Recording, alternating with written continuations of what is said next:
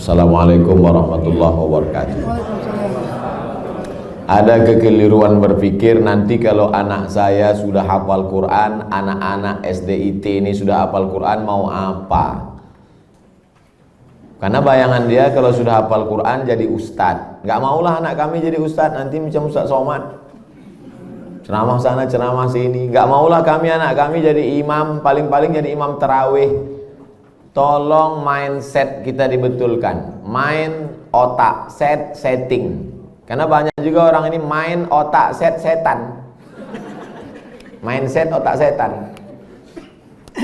Jadi hafal Quran itu bukan tujuan, hafal Quran itu sarana. Tujuannya rumah sakit Budi Kemuliaan, sarananya naik ojek, naik Grab, naik mobil, naik sepeda. Ini ngapal Quran ini sarananya, tujuannya supaya dia menjadi hamba Allah, jangan jadi hamba harta, hamba kuasa, hamba wanita. Kalau sudah dia hafal Quran SDIT, habis itu kita tidak paksa dia mau jadi apa, terserah. Anak saya tak saya paksa jadi ustaz, terserah mau jadi apa dia. Bakat dia kemana? Jadi kalau nampak dari kecil udah megang-megang jarum suntik, memang ke fakultas kedokteran lah itu. Dua kemungkinan, kalau tidak pecandu narkoba. Nauzubillah, nauzubillah. Jadi pendidikan Islam pertama dimasukkan ke kepalanya itu Quran, habis itu hadis Nabi, habis itu barulah akhlakul karimah. Itu mesti dibetulkan. Jangan nanti berpikir nanti habis hafal Quran jadi apa? Ya tetap jadi profesi dia. Kalau dia jadi pengacara, dia jadi pengacara yang hafal Quran. Kalau dia jadi tentara, dia jadi tentara penghafal Quran. Kalau dia jadi polisi penghafal Quran. Betul kepalanya. Tak dimakannya, tak dizoliminya orang lain. Itu tujuannya. Insya Allah 10-20 tahun akan datang, generasi kita adalah generasi yang Qurani. Dan kita punya kontribusi di situ dengan SDIT ID. Bagaimana hukumnya kegiatan ilmiah dokter disponsori pabrik obat? Pabrik obat menyediakan duit 100 juta, dibuat acara ilmiah, seminar, lokakarya segala macam, atau acara agama yang menyelenggarakan dokter. Di mana letak haramnya? Mungkin akan terjadi kolusi, nepotisme, kecurangan, penilaian tidak lagi normal. Dikhawatirkan terjerumus dalam gratifikasi. Makanya suatu ketika sahabat Nabi mengutip zakat dari Yaman. Ketika barang-barang zakat dibawa, kambing, onta, lembu, ini kambing untuk zakat, ini kambing saya. Kata Nabi, kok ada kambing zakat, ada kambing saya? Kok dapat kambing dari mana? Hadiah. Kata Nabi, seandainya kau duduk di rumah emakmu, di rumah bapakmu, mungkinkah ada orang ngasih kambing? Tak ada. Dia dapat kambing itu karena jabatan. Dikhawatirkan ke depan penilaian dia tidak lagi normal. Sebelum dapat hadiah kambing, periksanya. Berapa kambing? 40 ekor, satu. Berapa unta? 5 ekor, satu kambing. Tapi setelah dapat hadiah, mulai tak normal lagi. Berapa? Mau kasih-kasihlah, nggak kasih nggak apa-apa. Makanya segala penilaian-penilaian kalau sudah datang ke Indonesia rusak. Tim-tim independen penilaian rusak gara-gara gratifikasi. Dibuka atas, pertama kali datang tegas, berapa ruangan, berapa ini, berapa ini. Begitu dapat lempuk durian, gratifikasi merusak. Jadi kalau masuk dia dalam kelompok gratifikasi bisa haram. Tapi kalau pandai tidak merusak, gimana caranya tidak merusak? Teknisnya ya diatur. Ini ada sekelompok orang yang menerima dan dia bukan tim penilai, dia bukan tim pemeriksa, dia tidak ada kait-mengait dengan keputusan dan dapat, kalau bisa disiasati, laksanakan. Tapi kalau merusak etos kerja, masuk dalam kategori riswah sogok, la'ana Rasulullah SAW ar-rashi wal murtashi, yang menerima sogok, yang mendapat sogok, maka dilaknat Allah Subhanahu wa ta'ala. Bisa kami Pak Ustadz selamat? Lanjutkan. Tak selamat, stop. Profesi dokter pria, dokter kandungan, memeriksa pasien perempuan. La yakhluwanna rajulun ma'amra'atin illa ma'adhi mahramin. Tak boleh berdua-duaan laki-laki dengan perempuan kecuali tak ada mahram, kecuali ada mahram. Tak boleh. Anta musayyada mar'atin la tahillu lahu. Menyentuh tangan perempuan yang tak mahram lebih baik ditusuk paku dari api neraka ke kepala daripada menyentuh tangan perempuan yang tak mahram. Kena pasal-pasal ini. Tapi ada pasal meringankan, ad-darurat tubihul mahzurat. Ternyata ketersediaan dokter perempuan tidak mencukupi jumlah pasien perempuan. Itulah maka tadi saya sebutkan, kalau diterima nanti 20 anak tahfiz Quran SDIT, nanti mesti ada 7, 5, 10 yang perempuan, supaya mereka nanti akan menjadi dokter spesialis kandungan di UII nanti. Amin. Supaya mereka lah yang akan nanti menutupi ketersediaan SPOG, spesialis obgyn dokter perempuan. Karena kalau tidak, khawatir kita akan terjerumus. Tapi bapak-bapak yang spesialis kandungan, karena sekarang tidak terpenuhi, masuk kategori darurat. Saya sampai sekarang belum tahu survei berapa untuk kota provinsi. Terlalu besar mungkin untuk Indonesia, Provinsi Kepulauan Riau, Kota Batam saja. Berapa dokter SPOG perempuan, berapa yang laki-laki, berapa yang hamil perempuan, memanglah perempuan tuh hamil. Berapa hitungannya? Kalau satu dokter tuh berapa? Kalau masih dalam kategori darurat, tapi kalau hanya untuk tidak darurat. Ustadz dulu anak Ustadz Mizyan Hazik Abdillah, dokternya laki-laki atau perempuan? Perempuan. Dokter Sri namanya, di depan UIN Suskaria, Jalan Pelajar, dokter perempuan. Tapi andai tak lagi ada dokter perempuan, hanya tinggal dokter laki-laki, pilihannya antara dua. Kalau tidak ditangani dokter laki-laki, mati. Maka tak boleh pilih mati. Assalamualaikum Bapak. Ya, istri Bapak sedang hamil tua, kami tidak ada lagi dokter perempuan, yang ada dua, mati atau dokter laki-laki. Biar aja mati. Haram hukumnya memilih mati. La tulqu bi aidikum ila tahlukah. Tak boleh menjerumuskan diri sendiri kepada kematian. Pilihlah dokter laki-laki dengan alasan darurat. Jadi bapak dokter jangan merasa kau sedang berbuat dosa besar, tapi kau sedang menyelamatkan orang banyak. Saya tak bisa merasakan gimana rasanya jadi dokter laki-laki yang memeriksa perempuan. Apakah tak ada lagi nafsunya? Atau dia macam menengok daging sapi saja? Itu tak bisa kita rasakan, karena semua kata-kata yang bercerita tentang rasa, rasa pasti berdusta. Kata tak dapat menceritakan rasa. Tak bisa. Oleh sebab itu, kalau ada terlintas di hati bapak macam-macam sambil memeriksa itu, banyak-banyaklah istighfar. Astaghfirullah. Banyak minta ampun, solat sunat supaya hati terjaga. Tapi yakinkan bahwa perbuatan bapak bukan dosa. Jelas jawaban saya? Bagaimana pandangan Islam suntik botok mengurangi kerutan yang tak bersifat permanen, bertahan 6 bulan? Tak boleh mencabut uban, karena uban itu nanti di akhirat akan menjadi cahaya. Lama saya berpikir, uban kok cahaya? Kenapa uban tak boleh dicabut jadi cahaya? Baca hadis, jangan baca hadisnya, baca syarah penjelasannya. Rupanya dengan melihat uban di cermin, ingat tua, ingat mati, bertambah takut, bertambah amal. Makanya dengan bertambah takut, bertambah amal, maka akan menjadi cahaya. Itu rupanya korelasi uban dengan cahaya. Apa hubungannya dengan kerut? Kerut sama uban juga sama, mengingatkan bahwa kita sudah tua. Saya dulu waktu muda tak ada ini. Saya tengok foto-foto saya yang lama waktu di Mesir, ganteng juga. Saya sudah tua. Tapi dengan tua ini kita sadar bahwa sudah tua, bahwa kita ini akan mati. La'ana Rasulullah SAW al-washimat. La'anallahu al-washimat. Hadisnya riwayat Abdullah bin Mas'ud. La'anallahu al-washimat. Allah melaknat perempuan tukang buat tatu. Wal mutashimat, minta buatkan tatu. wal mutanammisat. Apa ini? Alis. Mencabut alis, mencukur alis. Wal mutafallijat, gigi. Karena orang kalau sudah bertambah tua, bertambah giginya. Bukan gigi itu bertambah panjang dia. Maka gigi itu dia otak-atik. Zaman dulu orang kalau mau nikah tak ada pakai akte kelahiran.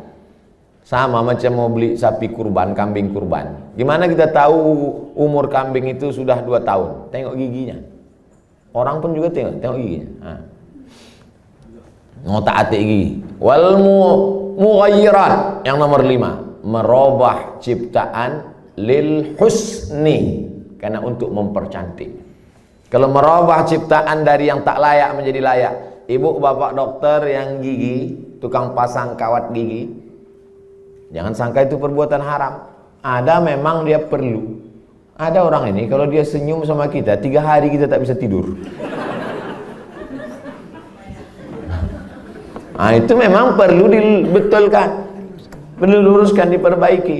Tapi kalau hanya untuk gaya-gaya aja, hari Senin pink, hari Selasa hijau, ini mubazir, perbuatan saudara setan. Oleh sebab itu maka kira-kira suntik botok mengurangi kerutan ini termasuk yang mana nih? Masuk kategori nomor 5, mughayyirat lil husni, merubah untuk mempercantik-cantik saja. Sebetulnya saya tengok-tengoklah, dia sebetulnya tidak berubah jadi cantik, dia saja merasa cantik. Berapa banyak orang yang operasi pipi, operasi dagu, operasi hidung, dia merasa cantik, kita takut. Saya terus terang dengan orang operasi takut saya tengok. Dan saya tengok wajahnya yang operasi itu bentuknya sama-sama aja semua kan. Sama macam bencong. Hidung panjang, dagu panjang, panjangnya tak tentu arah pula. Rupanya silikon itu tidak bisa berinteraksi dengan darah. Akhirnya membusuk. Busuklah darah di hidung ini. Kata dokter, ini mesti dipotong. Dipotong hidung ini. Alhamdulillah ada terapi lintah. Akhirnya digantungkanlah lintah. Digantungkanlah lintah di sini. Untuk menyedot nanah tadi. Biasanya kalau kulit kita digantungkan lintah, itu 1 hari lintah itu bisa tahan nyaman. Tapi pas ditempelkan ke hidung, asal tempel jatuh. Asal tempel jatuh, kata lintah. Lintah pun tak mau. Terapi lintah. Bayangkan itu lintah. Yang mau lintah darat aja yang mau. Saking kan busuknya hidung yang gara-gara silikon tadi. Wala udhillannahum, aku sesatkan mereka, kata setan. Setelah sesat, wala umanniyannahum, aku buat mereka berhalusinasi, berimajinasi. Apa kata setan? Kau cantik, kau cantik, kau cantik, kau cantik, kau cantik, kau cantik, kau cantik. Dia saja merasa cantik. Orang merasa ngeri. Hai yang asik dibuat setan operasi, sesungguhnya kau saja yang merasa cantik, sesungguhnya orang merasa ngeri. Tapi orang nggak jujur. Gimana Jeng? Aku kelihatan cantik nggak? Wow, amazing. Padahal dalam hatinya macam hantu aku tengok.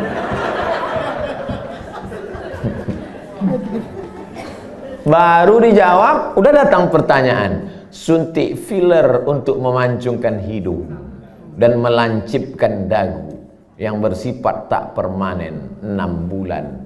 Tak permanen kata engkau. Siapa yakin malaikat maut tak datang dalam 6 bulan? Begitu lancip, cip, mati. Permanen kau.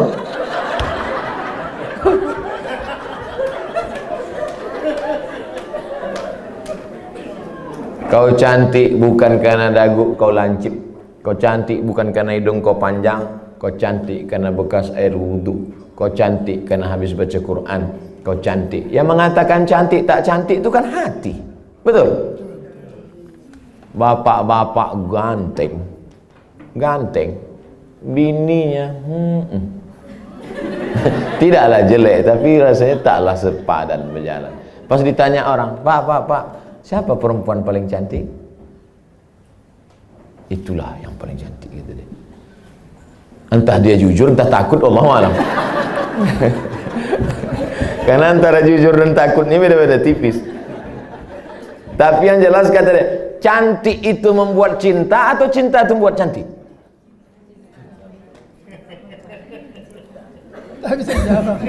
Gara-gara cinta itulah orang menjadi cantik. Karena kalau cantik itu relatif.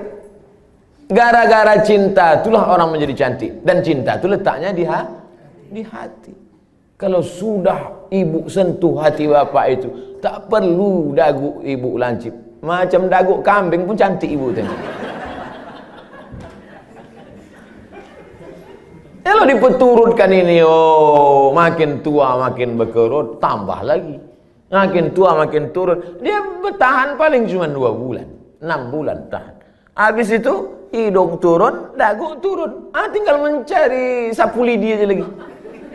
Nenek sihir.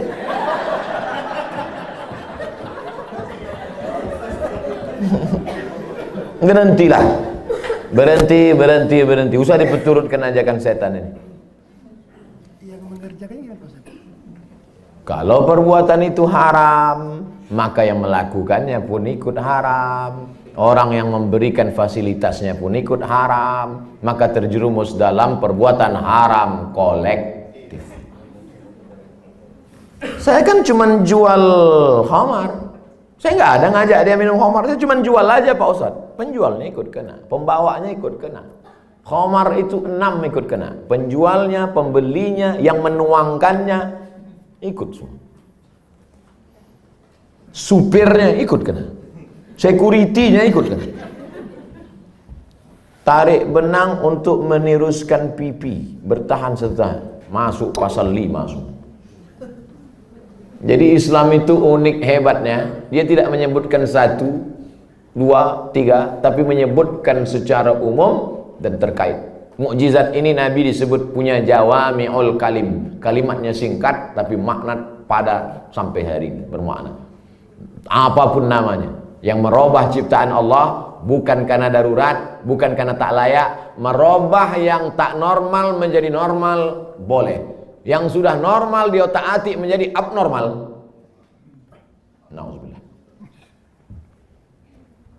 Bapak mesti siap menerima bunga yang layu.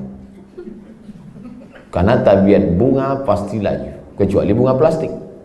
Nah, itulah maka sekarang banyak perempuan yang mau jadi plastik. Dokter anak, sunat perempuan bagaimana hukumnya Pak Ustaz? Anak saya laki-laki, keponakan saya perempuan. Kata saya kepada adik saya, kau cari, kalau tak mau dokter di rumah sakit itu menyunat keponakan saya, cari bidan kampung yang mau menyunat. Karena saya berpegang pada mazhab Syafi'i. Ada mazhab yang mengatakan sunat tak perlu. Mazhab Hanafi, Maliki, Hambali mengatakan sunat bagi perempuan itu tidak wajib. Sedangkan saya berpegang pada mazhab Syafi'i mengatakan wajib. Adakah khitan sunat perempuan pada zaman Nabi? Ada. Nabi mengatakan kepada si perempuan itu, kau potong tapi jangan terlalu banyak. Maaf, na'udzubillah, hari ini bisa menyebabkan frigid dan lain sebagainya. Tapi rupanya manfaat lain dari memotong khitan pada perempuan itu adalah meminimalisir libido seksual. Begitu kata ulama-ulama dulu.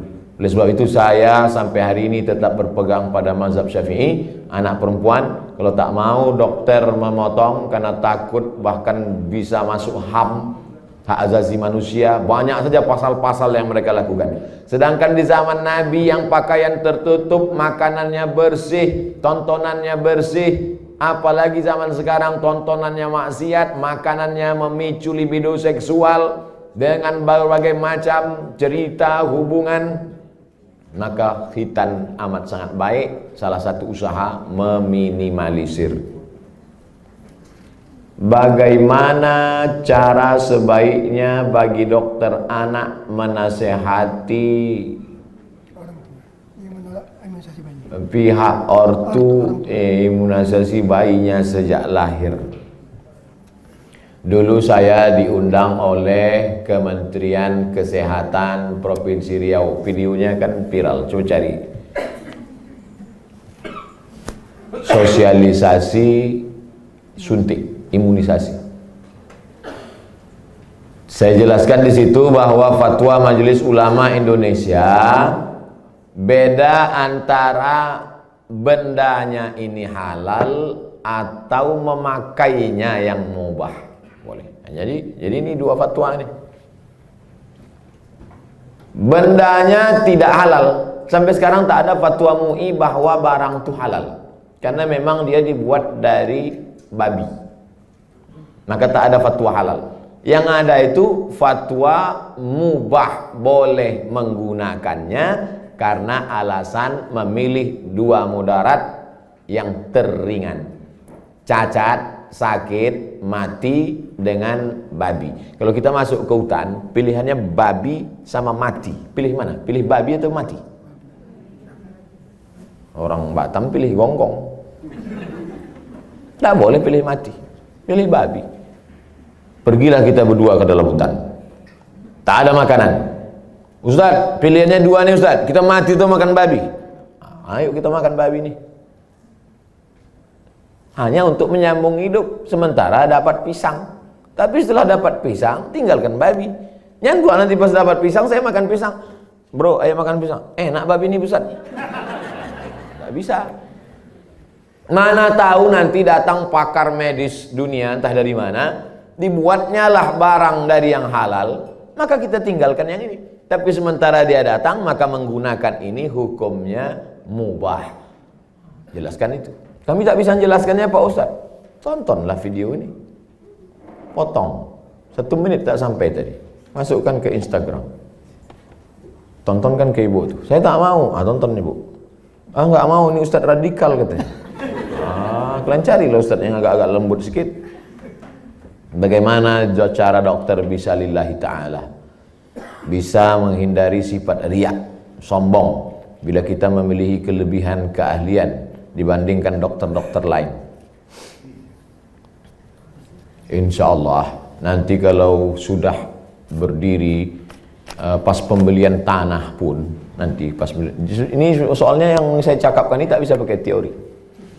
Kita ID sudah survei dapat tanah 1 hektar di harganya 200 juta. Ini dokter yang sombong, yang riak, yang mobil mewah, kesini duluan bawakan proposal. Assalamualaikum Pak Dokter. Pak Dokter kan pasiennya banyak. Oh iya kata dia. Saya yang paling hebat di Batam ini kata dia. Rumah Pak Dokter kan paling bagus. Oh iya kata dia. Rumah saya yang paling mahal. Ini tanah nih 200. Aduh semua utang kata dia. Jadi kalau mau menghilangkan kesombongan, keangkuhan, nih pas praktek. Makanya nanti pas hari ulang tahun ID, peringatan hari besar ID, jalan-jalannya itu ke danau, ke bukit, ke mall, oke sudah itu udah. Jalan-jalan ke panti asuhan, jalan-jalan. Tapi kalau kita sudah punya sendiri, maka tiap hari pertemuan dibawakan, tiap bulan datang, di grup ada terus. Belum bayar, ini anak 4. Maka insya Allah itu menghilangkan keangkuhan, kesombongan, keegoan, segala macam. Kita hanya berusaha. Ceramah ini ada baiknya. Tapi tiap hari ceramah, tak masuk ke kepala. Ada tingkat jemu, ada tingkat bosan. Ada orang bosan pada ceramah. Orang kalau terus muncul bosan. Desainer, koreografer, tukang desainer pakaian itu, yang laki-laki, itu muncul kebosanannya pada perempuan. Kan banyak yang melambai kan? Kalau ada orang bosan pada perempuan gara-gara sering menengok perempuan, itu desainer sama koreografer. Yang lebih mengerikan adalah bosan mendengar ceramah. Apalagi sampai tobat sama ustaz. Aku kalau sama ustaz ini tobat aku. Nah, itu na'udzubillah. Jadi makanya saya ingin mengatakan bervariasi. Ceramah oke, sebulan sekali, seminggu sekali. Tapi harus ada amal yang tidak teori tapi langsung praktek. Maka saya selalu sama. Di mana-mana saya ceramah tak keluar dari 3. Islahut tarbiyah, perbaikan pendidikan. Islahul iktisad, perbaikan ekonomi. Islahul siyasah, perbaikan politik. Perbaikan politik, pilih anggota dewan yang peduli pada syariat Islam. Perbaikan ekonomi, belanjalah ke warung tetangga, bangkitkan ekonomi umat. Perbaikan pendidikan, masukkan anak-anak ke pondok pesantren. Yang punya duit banyak, beli tanah, dirikan sekolah. Karena sekolah yang ada sekarang belum mampu untuk menampung anak-anak kita. Apalagi anak-anak yang tak mampu. Daftar ulang 17 juta. Anak siapa yang bisa? Tak tertampung. Yang sekarang tidak mendapat pendidikan layak itu 10 tahun lagi, 3 tahun SMP, 3 tahun SMA, 4 tahun S1. Yang sekarang SMP cabut, mabuk, sakau, lem kambing, itu yang akan jadi anggota dewan tahun 2040. Satu-satunya jalan memperbaiki umat lewat pendidikan. Dan ID tidak hanya menyehatkan badannya, tapi juga menyehatkan generasi ke depan, insyaallah. Amin. Udah aku sampaikan ya Allah. Kalau tak percaya juga ID nintahlah.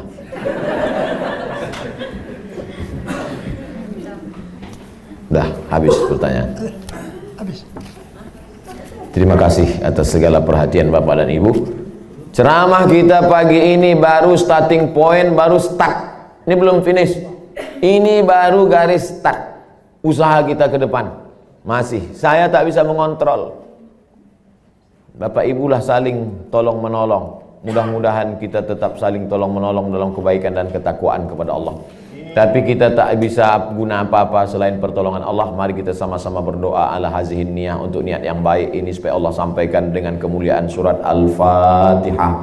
A'udzubillahi minasyaitonir rajim. Bismillahirrahmanirrahim. Alhamdulillahi rabbil alamin. Ar-Rahmanir Rahim. Maliki yaumiddin. Iyyaka na'budu wa iyyaka nasta'in. Ihdinas siratal mustaqim, siratal ladzina an'amta 'alaihim ghairil maghdubi 'alaihim waladdallin. Amin. Allahumma shalli ala sayyidina Muhammad wa ala ali sayyidina Muhammad. Allahumma inna nas'aluka bisirril Fatihah wa bisirri nabiyyika Muhammad sallallahu alaihi wasallam at-tuballigh maqasidana. Dengan kemuliaan selawat dan kemuliaan surat Al-Fatihah, sampaikan niat baik kami ya Allah.